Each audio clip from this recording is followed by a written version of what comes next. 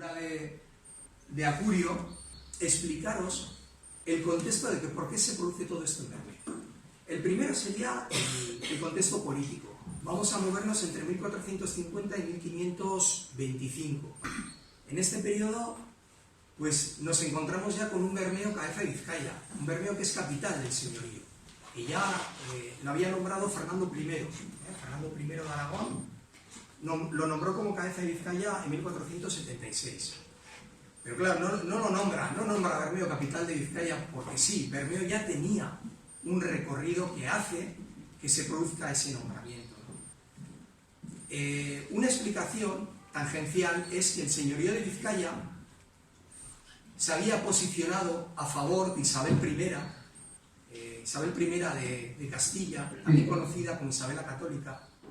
Entonces, cuando Isabel, en esa pugna civil dinástica que tiene con su sobrina Juana de la Beltraneja, le gana, lógicamente el apoyo del señorío de Vizcaya a Isabel hace que en los años sucesivos esa recompensa se vea en todo el señorío y particularmente en Bermeo, pues cuando vienen los reyes aquí, cuando Isabel viene a jurar los fueros a Santa Eufemia, cuando le llama la atención poderosísimamente los frailes que están viviendo en el convento de Ízaro, los frailes observantes, y se queda impresionada, dota de 90.000 maravedís de la época para construir unas escaleras con mármol de Carrara por la parte trasera. Entonces, ese es en el contexto en el que nos movemos, de agradecimiento por cómo se había comportado el señorío y, sobre todo, ese reconocimiento hacia los comerciantes, mercaderes y la burguesía vizcaína y, en concreto, la bermeana, ¿no? Bermeo tenía el primer asiento en las Juntas Generales de Vizcaya, numerosos privilegios y exenciones, sobre todo ligadas con el comercio que se van dando a lo largo de todo el siglo XIV, siglo XV, la rectificación de las ordenanzas de la Cofradía de Pescadores en 1527 por parte de Carlos I, unas ordenanzas que se habían generado ya en 1353 como primer cuerpo normativo que regularizaba una cofradía de pescadores en todo el Cantábrico. Cuando decimos todo el Cantábrico en aquella época, estamos diciendo todo el Estado y una de las primeras de toda Europa. Confirmación de numerosos privilegios ligados con el comercio, principalmente por parte de Carlos I en 1546. El corregidor, el preboste, la justicia territorial estaba en Bermeo. Entonces éramos capital de Vizcaya y así se atestiguaba por todos los datos que os estoy dando, ¿no? Esto es el poder político. El poder económico. Teníamos las ordenanzas de la cofradía que os acabo de comentar, que regularizaba la pesca. La construcción naval. Éramos un poderoso municipio en construcción naval, extensión de ferrerías, navegación y comercio, exportación del hierro y de la lana castellana que venía desde Castilla, llegaba a Bermeo y partía hacia los puertos del norte, principalmente en si habéis estado en Brujas, Flandes. El contacto con Bermeo era de primera categoría, ¿no? Y con Inglaterra teníamos una calle, en el caso viejo, que se llamaba la calle La Rochelle, por este contacto estrecho que existía con todas estas zonas de Bélgica y norte de Europa. Muestra este poder desde un punto de vista arquitectónico, pues tenemos el primer convento, con el primer convento de franciscanos, con el primer claustro gótico de todo Euskadi, y la monumental iglesia de Santa María de la Atalaya, con unas proporciones similares a la Catedral de León. Os estoy diciendo la Catedral de León, con cerca de 13 capillas. Santa Eufemia, iglesia juradera. Aquí tenían que acabar los reyes después de pasar por Guernica para jurar los fueros. Y todo el pueblo estaba jalonado de casas torre por las principales familias burguesas, los Areiza, Ercilla, esta propia casa que es la única que se conserva, ¿no? El poder social. Pues teníamos en el primer escalafón a los parientes mayores, a las familias burguesas. ¿A qué se dedicaban? Al comercio, principalmente al comercio. Eran comerciantes, mercaderes. Después tendríamos a los labradores, comerciantes, ganaderos, oficiales, artesanos, ¿vale? Hasta llegar a lo que eran pues, los armadores y los pescadores, ¿no? el conflicto. Bermeo no estuvo ajeno a las luchas de bandos que se produjeron en todo el siglo XV, y principalmente el siglo XV. A finales ya del siglo XV ya el corregidor Chinchilla lo logra ya encajonar todas esas luchas de bandos, pero Bermeo no estuvo ajeno. Fueron cruentas, sangrientas, y eso mermó en la capacidad como pueblo. Os dejo nombres de los linajes: Rosarell, Zarostegui, Mendoza Arteaga, Armendurúa, Arrescuánaga, Nardiz, Escoiti, Cercilla, Chuaren, Apioza, Meceta, Alvis. Muchos continúan como apellidos en la localidad, otros en localidades cercanas, pero estos eran nuestros parientes mayores, ¿no?, que estaban divididos entre gamboinos y oñacinos. Esta división que existía en todo el señorío se trasladaba a Bermeo también, lógicamente. ¿Pero por qué caemos, no? ¿Por qué todo lo que os estoy comentando? ¿Por qué cae Bermeo? Bueno, siempre se ha aludido al incendio de 1504. Es importante. Las crónicas dicen que fue terrible el incendio, se quemó la mayor parte del pueblo. Los notarios, que Bermeo tenía 8 notarías a principios del siglo XVI, se ponen en contacto con Isabel y posteriormente con su hija, con Juana I, con Juana la Loca, también conocida, para que por favor eximiese a la localidad de los impuestos, de los terribles impuestos que tenía que pagar la localidad. Entonces eso nos hace ver que Bermeo estaba totalmente destruido, parcialmente, pero bueno, los pleitos. Bueno, esto nos ha llegado, ¿no? Los pleitos con las villas y las iglesias cercanas mermaba la capacidad económica del municipio. Pleiteábamos, y mucho, sobre todo por la capacidad de la pesca, ¿no? Hasta dónde tenían que llegar nuestras jurisdicciones marítimas. Las luchas de banderizos, que os he dicho anteriormente, mermó la capacidad también. La falta de productos esenciales, empieza a faltar el cereal. Bermeo exportaba pesca, principalmente hacia el interior, pero ese producto fundamental empieza a escasear. ¿Por qué empieza a escasear? Porque ya el producto no llega a Bermeo, se para en Bilbao. Y necesidad un muelle más grande. Constantemente los documentos del primer tercio del siglo XVI dicen: necesitamos un muelle más grande. Las naos, las embarcaciones son más grandes, el puerto no tiene calado. Y ese es un tanto también que se empieza a apuntar Bilbao. Y sobre todo, y fundamental, la consolidación del eje comercial Burgos, Bilbao, Brujas. Eso es lo que principalmente estos 6 puntos hace que Bilbao nos coja la delantera y pues dejamos de ser, bueno, capital todavía seguimos siendo gran parte del siglo XVI, pero lo que era ya el propio poder civil había desaparecido, se había trasladado a Bilbao, y estos datos que estoy diciendo aquí pues fueron la puntilla, ¿no? ¿De dónde salen nuestros navegantes? Pues salen, lógicamente, de un puerto potente, pesquero, comercial. Había oficios muy interesantes en Bermeo, que eran interesantes para las flotillas mercantiles, para las flotillas de las expediciones que se montaban. En Bermeo había calzateros, carpinteros, valiosísimos para estas expediciones que se montaban. El carpintero era fundamental del barco, y el calafetero también, que dotaba de brea la embarcación y la impermeabilizaba. Bermeo teníamos gente experta en las fogueraciones de 1511 y 1514, que son los censos que se hacen desde el señorío. Hay abundancia de este tipo de oficios. Entonces, eso lo saben también, lo saben la nobleza castellana, lo saben los armadores bermeanos, muy unidos a la burguesía local, y se utilizan. Y un dato muy curioso, y es que el fuero de Vizcaya otorgaba por privilegio que cualquier vizcaíno podía portar arma, como hidalgo. Eso, lógicamente, en las expediciones era muy valioso, porque además de carpintero podía aportar arma. ¿Y por qué se enrolaban nuestros paisanos en estas películas? ¿Qué les llevaba a enrolarse en esto? La presencia de marineros vascos en la mayoría de las grandes epopeyas marítimas ya está constatada, desde la Edad Media, Renacimiento.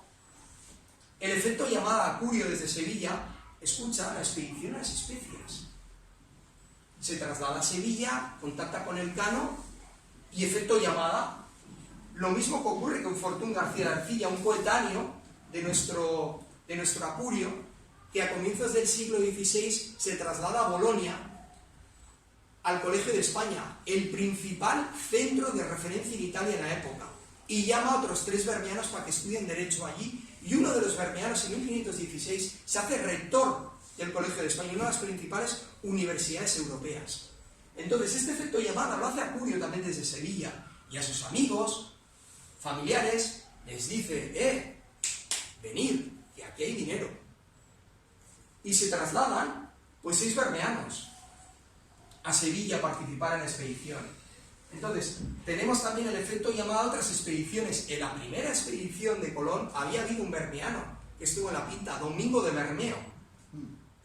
En la segunda expedición de Colón, la escuadrilla que le tenía que resguardar de los piratas ingleses, de las flotillas militares portuguesas, se construyó principalmente entre Bermeo y Zarauz.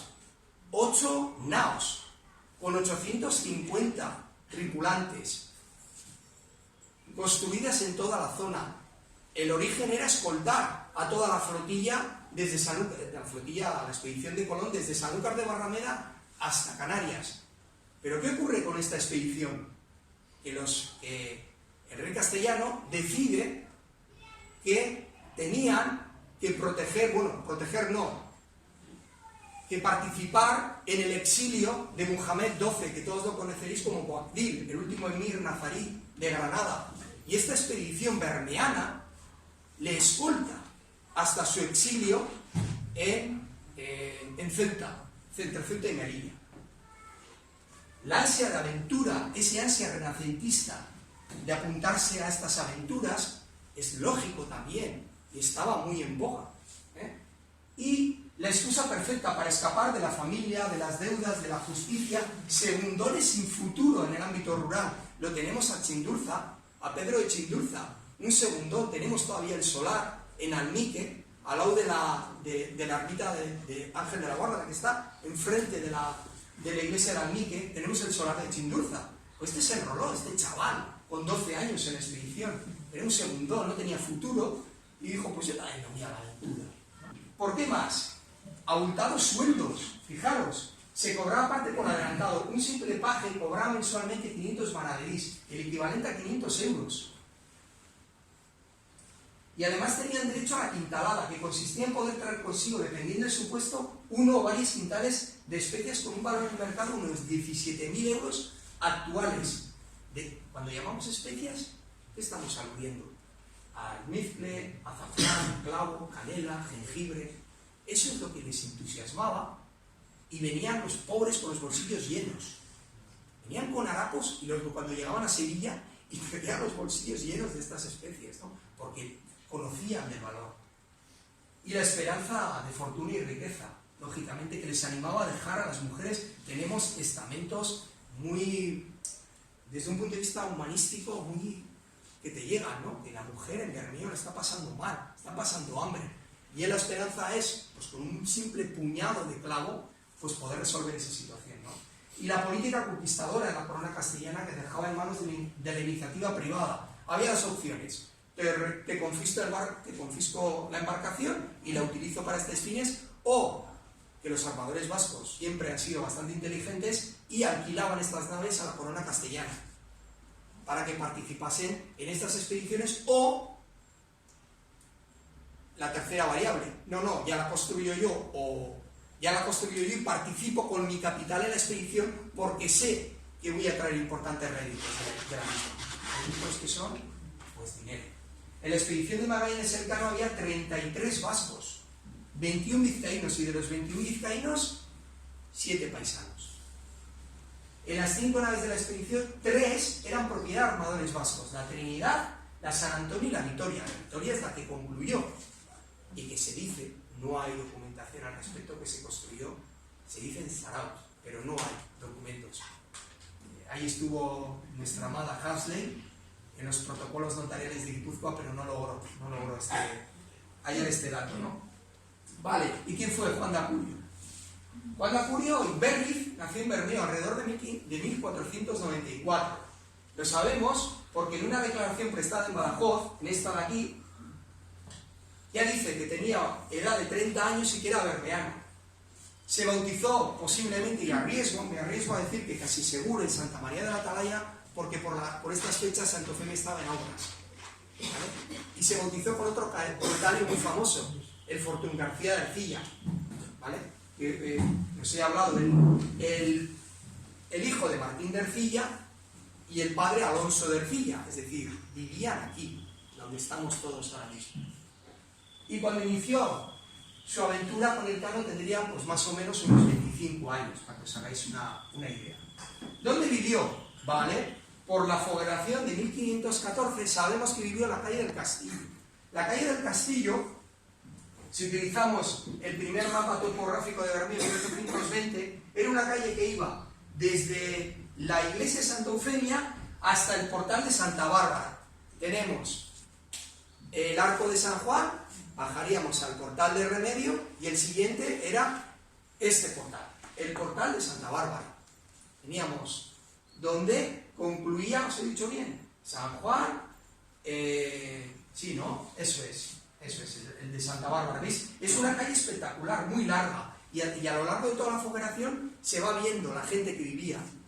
Os lo he puesto aquí, no se ve. En las casas de don Juan de Acurio hay un fuego, quiere decir que habita solo él. ¿Quiénes fueron sus padres? Pues los tenemos también constatados.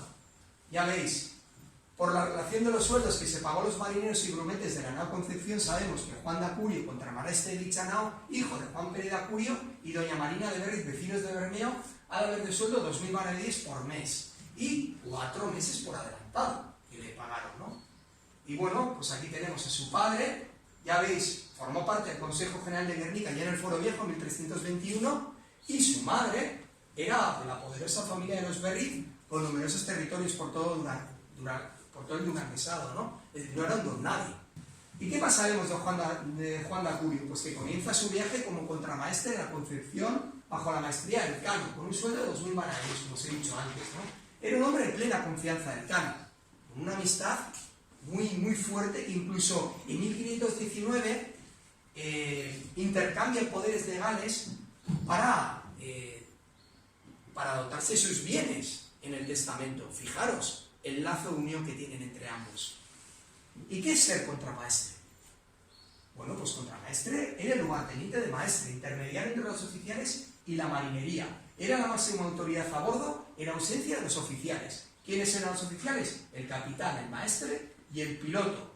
Y era el que tenía que hacer que las órdenes de los oficiales se cumpliesen en la embarcación. Por lo cual, nuestro Juan de Acurio no era un don nadie. ¿Qué más sabemos de Juan de Acurio? Del viaje sabemos muy poco. Son noticias que nos van llegando. Por ejemplo, a su regreso recibido por el rey en Valladolid, sabemos de nuevo las declaraciones realizadas en la Junta de Badajoz, para dilucidar en esta junta, para saber si las Molucas, en las islas de las especies que estaban en Oceanía, para saber si se las quedaba Portugal o Castilla, ¿no? Y recordar que la expedición de Magallanes Elcano tenía el propósito, abrir una ruta comercial para llegar a estas islas, pero por Occidente. Esto era lo mágico, ¿no? Pasando por el estrecho de Buena Espera, por el estrecho, pues ya veis, ¿no? Ya veis. No era ninguna tontería, esto era un viaje al desconocido, totalmente a lo desconocido, ¿eh? Aquí hubo la primera revuelta. Bueno, después os lo explico con los diferentes bermeanos, pero vamos, que es la primera noticia que nos llega de él, ¿no? Más noticias que tenemos. En 1534, Juan de Acurio cobra la herencia de Juan de Aguirre. ¿Quién era Juan de Aguirre?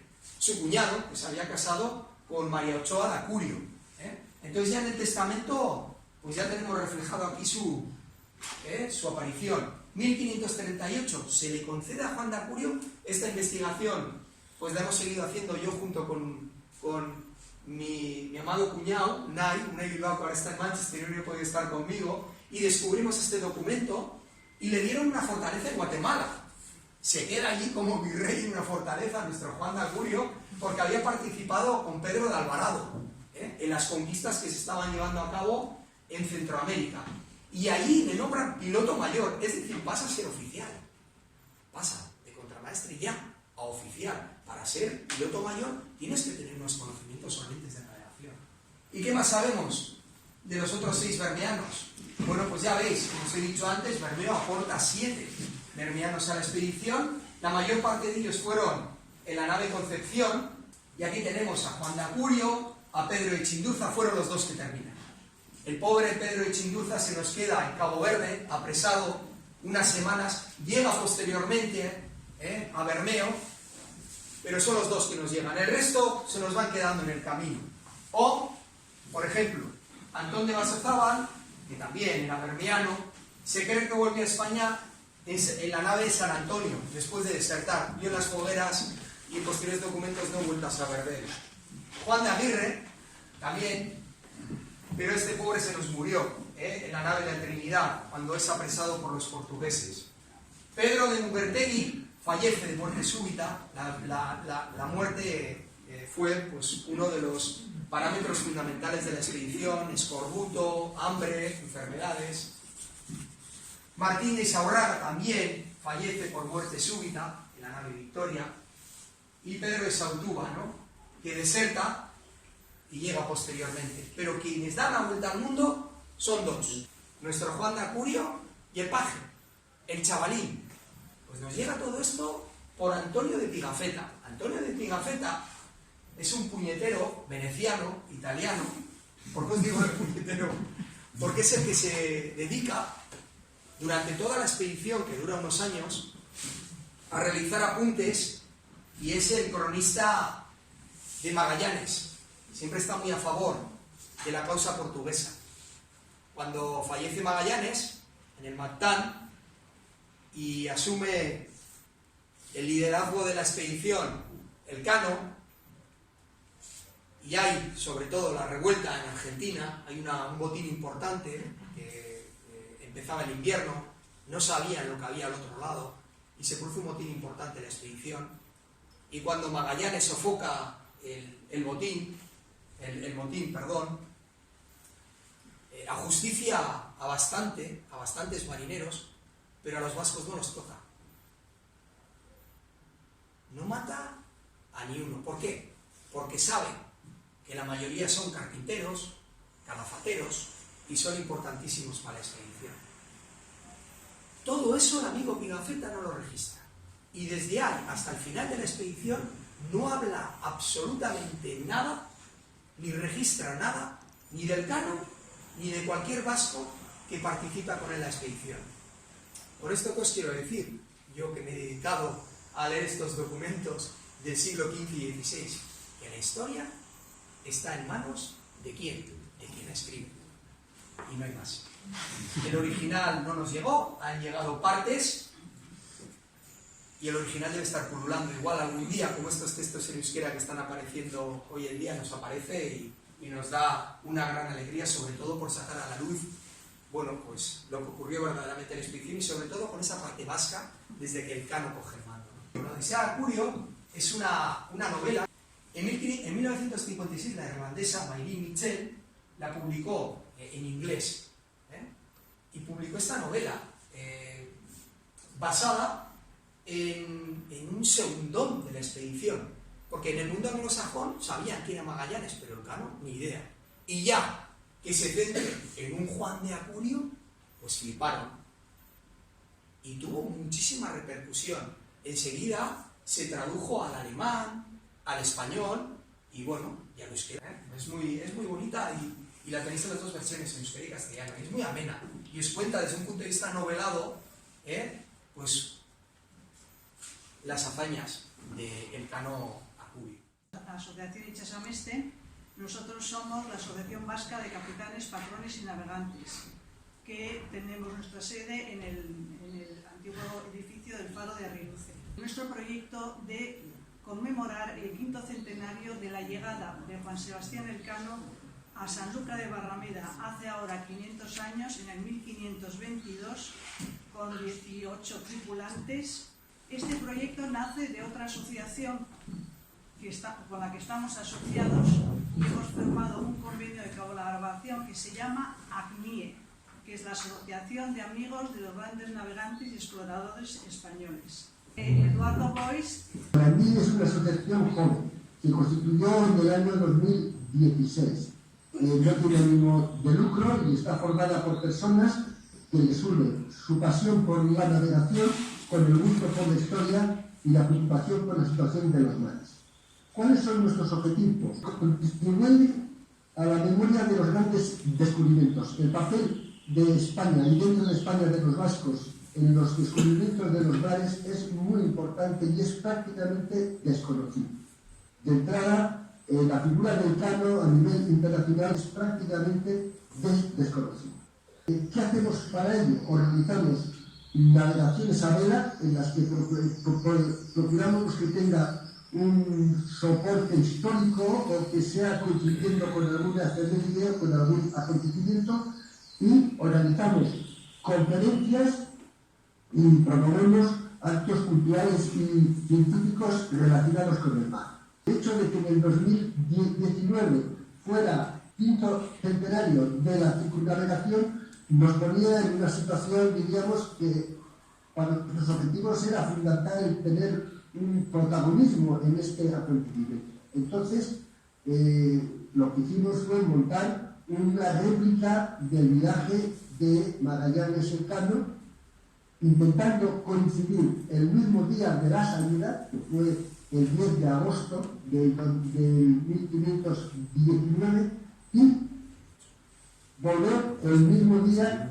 que era el 8 de septiembre del 2022, y así mismo ir tocando los principales puertos en los que, o los hitos más relevantes que tocaron Magallanes y Elcano. Dentro de los actos del quinto centenario, pues promovemos lo que llamamos la GNA 22, que también es una navegación en conserva y por etapas de una flota que irá desde el puerto de Calpe hasta Sevilla, tocando distintos puertos españoles y realizando charlas sobre navegantes significados de esas autonomías o de esos puertos. Y en colaboración con Itxasameste también hacemos el mismo proyecto, pero desde Getaria a Sevilla. Esa lancha que lo va a desarrollar, y es intención que las dos flotillas de la GM22 y la travesía de Getaria converjan el 8 de septiembre del 2022 y sean estas dos flotillas las que, en representación de aquí y de Itxasameste, diríamos, homenajeen a Elcano en su llegada hace 500 años. Muchas gracias por vuestra atención. En esta presentación estamos dos compañeros de Itxasameste, Ángel Balea, que me va a acompañar, yo haré la presentación del proyecto y él explicará los aspectos técnicos. Desde Getaria hasta Sevilla. Otro objetivo, recordar el hecho histórico. A lo largo de la historia de Euskadi y del resto de todas las autonomías, la economía de los pueblos costeros es la mar. No solamente la pesca, sino la construcción naval. El siguiente objetivo de esta travesía es el hermanamiento. No vamos a hacer travesías nocturnas. Cada día vamos a arribar un puerto. Se va a dividir en 8 etapas. Algunas son un poco largas y entonces vamos a pernoctar en distintos puertos. Al final de cada etapa haya una persona que nos represente y que vaya preparando los actos que queremos allí realizar. Este desarrollo, esta planificación es muy parecida a la que hace Agnie con la travesía Calpe-Sevilla. Al final de cada etapa el objeto es el hermanamiento, el encuentro entre los hombres y mujeres que aman el mar. Transmitir a la ciudadanía la necesidad de conservar el medio marino, que es nuestro sustento y nuestra vida. Para ello tenemos aquí a nuestra oceanógrafa preferida, que se llama Adma Gómez, que nos va a explicar cómo tenemos que hacer los avistamientos de cetáceos. Este proyecto también quiere hacer un recuento de todas las unidades familiares, de todos los avistamientos que hagamos desde Getaria hasta Sevilla. Ella nos va a indicar cómo lo tenemos que hacer para después hacer al final una publicación. Cada etapa va a llevar lo mismo que la travesía de Calpe a Sevilla, el nombre de un navegante conocido, local, de cada una de las autonomías. Primero, lógicamente, ¿de quién vamos a hablar en Getaria? Pues de Juan Sebastián Elcano. En Santander, pues Juan de Santander, que participó en la circunnavegación con Elcano y Magallanes. En Candás, pues hablaremos de Pedro Méndez de Avilés, Coruña, Juan de Nova, y así sucesivamente Fernando de Magallanes y Ferreira de Foz y Bartolomé Díaz en Portimao. Este es el escudo de armas Juan Sebastián Elcano, que es el reconocimiento que le dio Carlos I por la circunnavegación. Primus circumdivisti me, fuiste el primero en que la vuelta me diste. Se ha planteado en principio, como bien decía Arantxa, en 8 etapas. Dentro de cada etapa, en función de la distancia entre las etapas, hay diferentes, lo que hemos llamado tramos, porque el objetivo es, como decía Arantxa, que no sean travesías muy largas. Una de las cosas que queríamos hacer era que cualquier persona, cualquier armador, cualquier navegante pudiera hacerlo. Entonces hemos pensado que no fueran etapas, en la medida de lo posible, mayores de 80 millas, que con una media de 4 nudos serían unas 24 horas, que no pasase de eso. Entonces, de esta manera se han visto todos los puertos que hay desde Guetaria hasta Sanlúcar. Sanlúcar no tiene puerto, por eso el puerto más cercano es Chipiona y por eso se llega a Chipiona. Y luego de Chipiona se sube el Guadalquivir y se sube a Sevilla. Se han planteado los puertos de parada. Ahí tiene, tenéis las etapas y después, entre paréntesis, las pernoctas. De tal manera que, por ejemplo, la etapa 1 constaría de dos tramos, que sería Guetaria-Bilbao, Bilbao-Santander, por ejemplo, ¿no?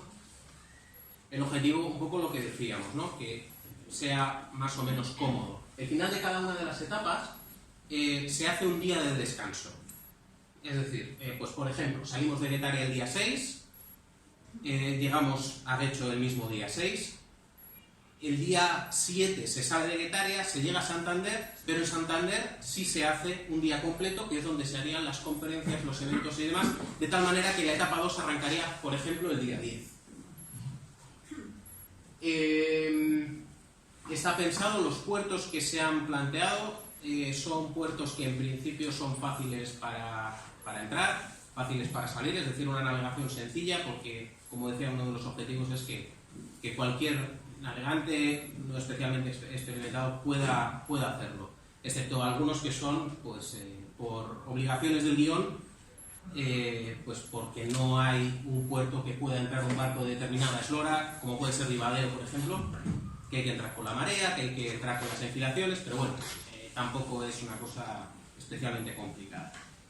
En cada una de las etapas, las personas o los armadores o las embarcaciones que vayan a hacerla, se les va a entregar unas instrucciones en donde se detalla toda la información relativa a esa etapa y a cada uno de los tramos de la etapa, donde se explica cómo es la navegación, cómo es la salida del puerto, las precauciones que hay que tener durante la navegación, cómo es la entrada del puerto, los puertos de arribada en caso de emergencia, teléfonos de mecánicos y demás en cada uno de los puertos de arribada en caso de que tengas un problema para, según estás entrando en el puerto de arribada de emergencia, poder llamar, canales de emergencia, teléfonos, es decir, toda la información, vientos predominantes en esa zona, pues bueno, un poco toda la información necesaria para poder hacer una navegación en una zona que no se conoce en caso de necesidad. Además se va a habilitar un canal de VHF que va a estar todo el rato a la escucha el que va a ser buque insignia. Va a haber un teléfono también y va a haber también una aplicación de seguimiento que se va a utilizar, la aplicación Stella, que es una aplicación que se suele utilizar, no sé si la conocéis, se suele utilizar en regatas, en donde se hace un seguimiento completo de la flota, dónde está cada uno y dónde estaría el buque insignia de esa etapa. De tal manera que todo el mundo conozca quién es, dónde está y dónde está uno mismo, ¿no? Requerimientos mínimos que se pide para poder hacer la navegación, pero es básicamente por un motivo de seguridad, pues que el barco si tiene pabellón del Estado español esté como mínimo en zona 5, porque pues bueno, no se tiene que poder navegar a más de 5 millas de la costa. Tiene que tener VHF para poder contactar, el armador tiene que tener un teléfono móvil para poder aplicar el Stella. Se recomienda que tenga AIS, no es obligatorio que tenga AIS, porque al final con la aplicación Stella de alguna manera lo suple. El máximo de veleros, que así es como se han planteado los puertos de llegada en cada una de las etapas. ¿Cuáles se han planteado? Que pueda entrar cualquier embarcación, pues bueno, normal. Hemos pensado en una eslora que pueda entrar hasta una eslora de 15 metros, un calado que pueda entrar hasta un calado de 3 metros. Esos son los límites que hemos puesto y que tenga disponibilidad de hasta 10 embarcaciones. En el caso de que pues no se pudiera entrar, por ejemplo, una embarcación de 15 metros de eslora, podría tener problemas de entrar pues, en un puerto, pues, Candás, por ejemplo, está el puerto de Gijón. Es decir, se puede habilitar puertos alternativos en caso de necesidad. Está pensado en una flota en reserva, es decir, una flotilla en reserva, un rally, que todos vayan. La idea es ir todos juntos, la idea no es una regata, es suave, es pues compartir con otros barcos, otros armadores, otros tripulantes, otros navegantes y demás.